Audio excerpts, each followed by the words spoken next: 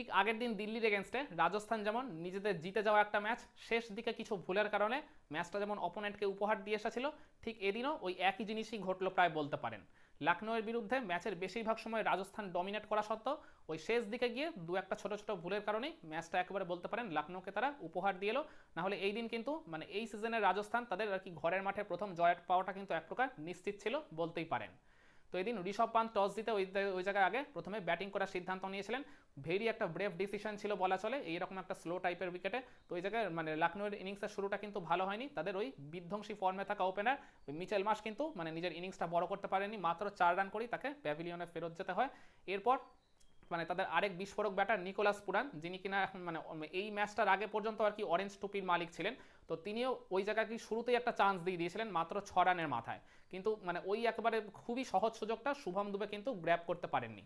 কিন্তু তার ঠিক পরে পরেই আর কি মানে ওই উইকেটটা আর কি খুব বেশি কস্টলি হয়নি, ওই রাজস্থান রয়্যালসের পয়েন্ট অফ ভিউ থেকে সন্দীপ শর্মা অ্যাটাকে এসে একটা স্লোয়ার টাইপের আর কি ইয়র্কারে ওই জায়গায় কি মানে প্যাভিলিয়নে ফেরত পাঠান এই মানে নিকোলাস পুরানকে। তো যার ফলে মাত্র 11 রান করে ওই এলবিডব্লিউ আউটের শিকার হয়, তাকে প্যাভিলিয়নে ফেরত যেতে হয়।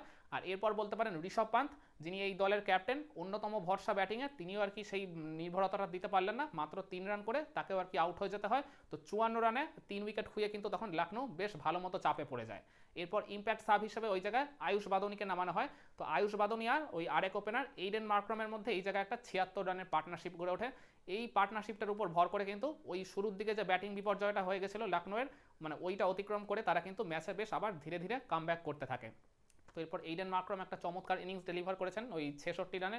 তো ওই জায়গায় এইডেন মার্ক্রামকেও কিন্তু এরপর আর কি আউট হয়ে যেতে হয়। তো ওই জায়গায় তারপর পরে আয়ুষ বাদনীও মানে তিনি ওই জায়গায় 50 রানের আর কি কোটাটা কমপ্লিট করার পরপরই তাকেও কিন্তু ওই জায়গায় আর কি ফিরতে হয়।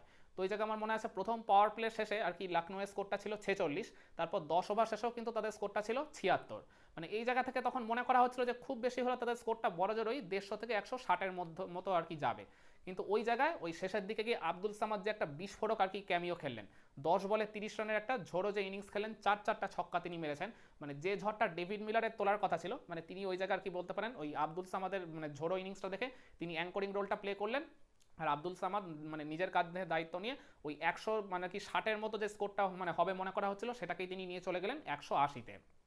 তো এই রান চেস করতে গিয়ে কিন্তু মানে রাজস্থানের শুরুটা বেশ ভালো হয়েছিল। তো সঞ্জু স্যামসন কিন্তু এদিন খেলতে পারেননি, ওই আগের দিন দিল্লির এগেনস্টে ব্যাটিং করার সময় তিনি যে সাইড স্টোনের ব্যথায় কাবু হয়ে গেছিলেন, মূলত তার জন্যই মনে করা হচ্ছে তিনি এই ম্যাচে আর কি অ্যাভেলেবেল ছিলেন না। তো তার পরিবর্তে বৈভব সূর্যবংশীকে, ওই আর কি 13 বছরের বিস্ময় বালক, তো এখন আর কি 14 বছর বয়স হয়ে গেছে তার, তাকে কিন্তু এদিন আইপিএল ডেবিউ করানো হলো। তো এই জায়গায় জয়সওয়ালের সাথে এই বৈভব সূর্যবংশী ওপেন করতে নেবে বেশ ভালো একটা আর কি দলকে মানে তিনি মানে ভরসা দিলেন। শুরুর দিকে একটা দুটো চান্স তিনি দিয়ে দিয়েছিলেন, কিন্তু এদিন মানে তার আইপিএল ক্যারিয়ারের প্রথম বলেই কিন্তু আবেশ খানকে একটা ছক্কা মেরে মানে এক্সট্রা কাভারের উপর দিয়ে সবাইকে আর কি মানে তাক লাগিয়ে দিয়েছিলেন। অপরদিকে জয়সওয়াল তিনিও আর কি বেশ ভালো টাচেই ব্যাটিং করছিলেন। তো ওপেনিং জুটিতেই কিন্তু 85টা রান উঠে যায়। আর পাওয়ার প্লের প্রথম 6 ওভারটাকে খুব ভালোভাবে কাজে লাগায় এই দুই ব্যাটার, 6 ওভারই 61 তুলে ফেলে।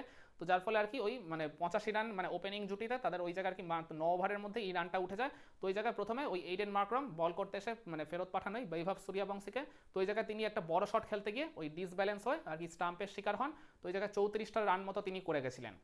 এরপর তিনে ব্যাটিং করতে নামা নীতিশ রানাও নিজের ইনিংসটাকে আর খুব বেশি বড় করতে পারেননি। এর ঠিক ভেরি নেক্সট ওভারেই শার্দুল ঠাকুরের একটা ডেলিভারিতে তিনি ওই জায়গায় আর কি ক্যাচ আউট হয়ে যান।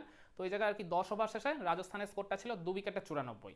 এরপর থার্ড উইকেটে ওই রিয়ান পরাগ আর ক্রিজে আগে থেকে সেট হয়ে যাওয়া মানে ইনফর্ম ওপেনার যশস্বী জয়সওয়ালের মধ্যে একটা 62 রানের পার্টনারশিপ গড়ে ওঠে।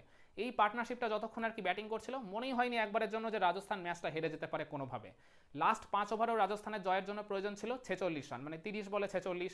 লাস্ট 4 ওভারে মানে 24 বলে তাদের জয়ের জন্য প্রয়োজন ছিল 33 রান। লাস্ট 3 ওভারে 18 বলে তাদের জয়ের জন্য প্রয়োজন ছিল 25 রান। এই জায়গা থেকে কেউ কি ম্যাচ হারে? তাও যখন এরকম এক মানে 2 সেট ব্যাটার ক্রিজে রয়েছে, হাতে তখনও তাদের 8টা উইকেট রয়েছে। কিন্তু ওই জায়গাতেই বলবো ওই 18 নম্বর ওভারে বল করতে আসা আবেশ খান একটা আর কি দারুণ গেম চেঞ্জিং ওভার করলেন, খরচ করলেন মাত্র 5টা রান আর তুলে নিলেন এই 2 সেট ব্যাটারের উইকেট। ওই ওভারের প্রথম বলে তিনি জয়সওয়ালকে ফিরিয়েছিলেন, আর ওই পার্টিকুলার ওভারের লাস্ট ডেলিভারিতে তিনি রিয়ান পরাগকে ফিরিয়েছিলেন। জয়সওয়ালের আউটটা আর কি মানে গ্রহণযোগ্য হলেও রিয়ান পরাগের আউটটা কিন্তু কোনোভাবেই গ্রহণযোগ্য ছিল না বলতে পারেন। মানে একেবারে বলতে পারেন তিনি আত্মহত্যা করে এসেছেন একটা প্যাডেল স্কুপ খেলতে গিয়ে, ওই পার্টিকুলার মোমেন্টে কোনো যেটা দরকারই ছিল না, মানে ওই মানে শটটা একটা গ্ল্যামারাস টাইপের শট খেলতে গিয়ে আর কি এলবিডব্লিউ হয়, তিনি নিজের উইকেটটা থ্রো করে দিয়ে আসেন। 39টা রান তিনি করে গেছিলেন। আর জয়সওয়ালও 74 রানের একটা কার্যকরী ইনিংস খেললো, সেটা কিন্তু দিন শেষে দলের জন্য কাজে এলো না। আমি স্টিল ফিল করি যে এই দুই ব্যাটারের মধ্যে মধ্যে থেকে একজন অন্তত যদি শেষ পর্যন্ত থাকতেন, হয়তোবা রাজস্থান ম্যাচটা জিতে গেলেও যেতে পারতো। শেষ 2 ওভারও কিন্তু তাদের জয়ের জন্য প্রয়োজন ছিল 20 রান, কিন্তু ওই জায়গায় মানে 19 নম্বর ওভারে প্রিন্স ইয়াদবকে কিন্তু দুইটা বাউন্ডারি পিটিয়ে, তো ওই জায়গায় সিমরন হেটমায়ার আর ধ্রুব জুরেল কিন্তু বেশ ভালো মতো একটা চান্স ক্রিয়েট করে দিয়েছিলেন, যার ফলে লাস্ট ওভারে তাদের জয়ের জন্য প্রয়োজন ছিল মাত্র 9 রান। তো এটা আর কি ভেরি মাচ অ্যাচিভেবল, এটা তো হয়েই যায় যখন এরকম মানে দুইজন একটা বিস্ফোরক ব্যাটার ক্রিজে রয়েছে। কিন্তু আবেশ খান ওই লাস্ট ওভারে বল করতে এসে একটা ম্যাজিক্যাল ওভার করলেন, দিলেন মাত্র 6টা রান আর তুলে নিলেন ওই জায়গায় গুরুত্বপূর্ণ সিমরন হেটমায়ারের উইকেট। আমি মনে করি আরেকটা উইকেটও তিনি পেতেই পারতেন ওই লাস্টের আগের ডেলিভারিটায়, কিন্তু ওই লং অনের ফিল্ডার মিসজাজ করার জন্য মানে ক্যাচটা মিস হয়ে গেছিল শুভম দুবের।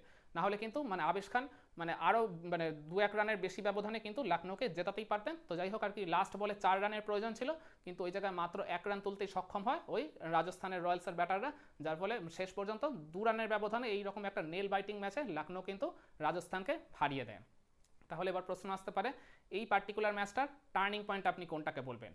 আপনারা বলতে পারেন ওই আর কি শুরুর দিকে এলএসজির ব্যাটিং বিপর্যয়ের পর ওই চতুর্থ উইকেটে আয়ুষ বাদনি আর এইডেন মার্ক্রামের মধ্যে যে 76 রানের পার্টনারশিপটা গড়ে উঠলো, এই জুটিটার উপর ভর করেই তো ম্যাচে প্রবলভাবে ফিরেছিল লখনৌ সুপার জায়ান্টস। তো এটা ডেফিনেটলি এই ম্যাচের টার্নিং পয়েন্ট হতে পারে, কিংবা আয়ুষ বাদনি আর এইডেন মার্ক্রামের ইন্ডিভিজুয়াল দুটো ইনিংসকেও আপনি টার্নিং পয়েন্টের দাবিদার হিসেবে তুলে ধরতে পারেন।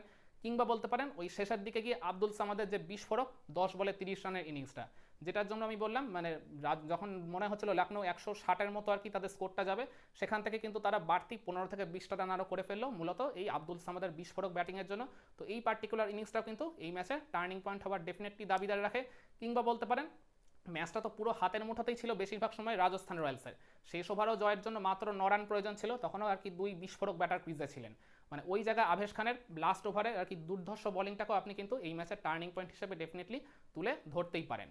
কিন্তু আমার কাছে এই সব কিছু পেরিয়ে এই ম্যাচের যেটা আলটিমেট টার্নিং পয়েন্ট মনে হয় কোনটা জানেন? সেটা হচ্ছে ওই রাজস্থান রয়্যালসের ইনিংসের 18 নম্বর ওভারটা। ওই পার্টিকুলার ওভারটায় বল করতে এসে আবেশ খান যে মাত্র 5টা রান খরচ করলেন আর তুলে নিলেন ওই 2 সেট ব্যাটারের উইকেট, রিয়ান পরাগ আর ওই যশস্বী জয়সওয়াল, যার কারণে কিন্তু লাস্ট 2 ওভারে তাদের জয়ের জন্য ইকুয়েশনটা হয়ে গেছিল 2 ওভারে 20। মানে আগের যেটা আর কি ছিল 3 ওভারে 25, সেটা কিন্তু 2 ওভারে 20 হয়ে গেল, আস্কিং রেটটা 10-এর মতো চলে গেল। আর ওই জায়গায় রান চেক দেওয়ার পাশাপাশি তিনি কিন্তু 2টা সেট ব্যাটারের উইকেট তুলে নিয়েছিলেন। আমি একটু আগেই বলছিলাম এই দুজনের মধ্যে থেকে অন্তত একজন যদি শেষ পর্যন্ত ক্রিজে স্টে করতেন, ম্যাচটা কিন্তু জিতেই রাজস্থান রয়্যালস ফিরত। তো সেই কারণে ওই রাজস্থান রয়্যালসের ইনিংসের 18 নম্বর ওভারটা মানে আবেশ খানের ওই মানে ম্যাজিক্যাল গেম চেঞ্জিং ওভারটাই এই রাজস্থান আর লখনৌ ম্যাচের আলটিমেট টার্নিং পয়েন্ট আমার কাছে। একমত হবেন নাকি আপনার কাছে এই ম্যাচের টার্নিং পয়েন্ট অন্য কিছু ছিল? কমেন্ট করে আপনার মতামতটা জানাতে পারেন।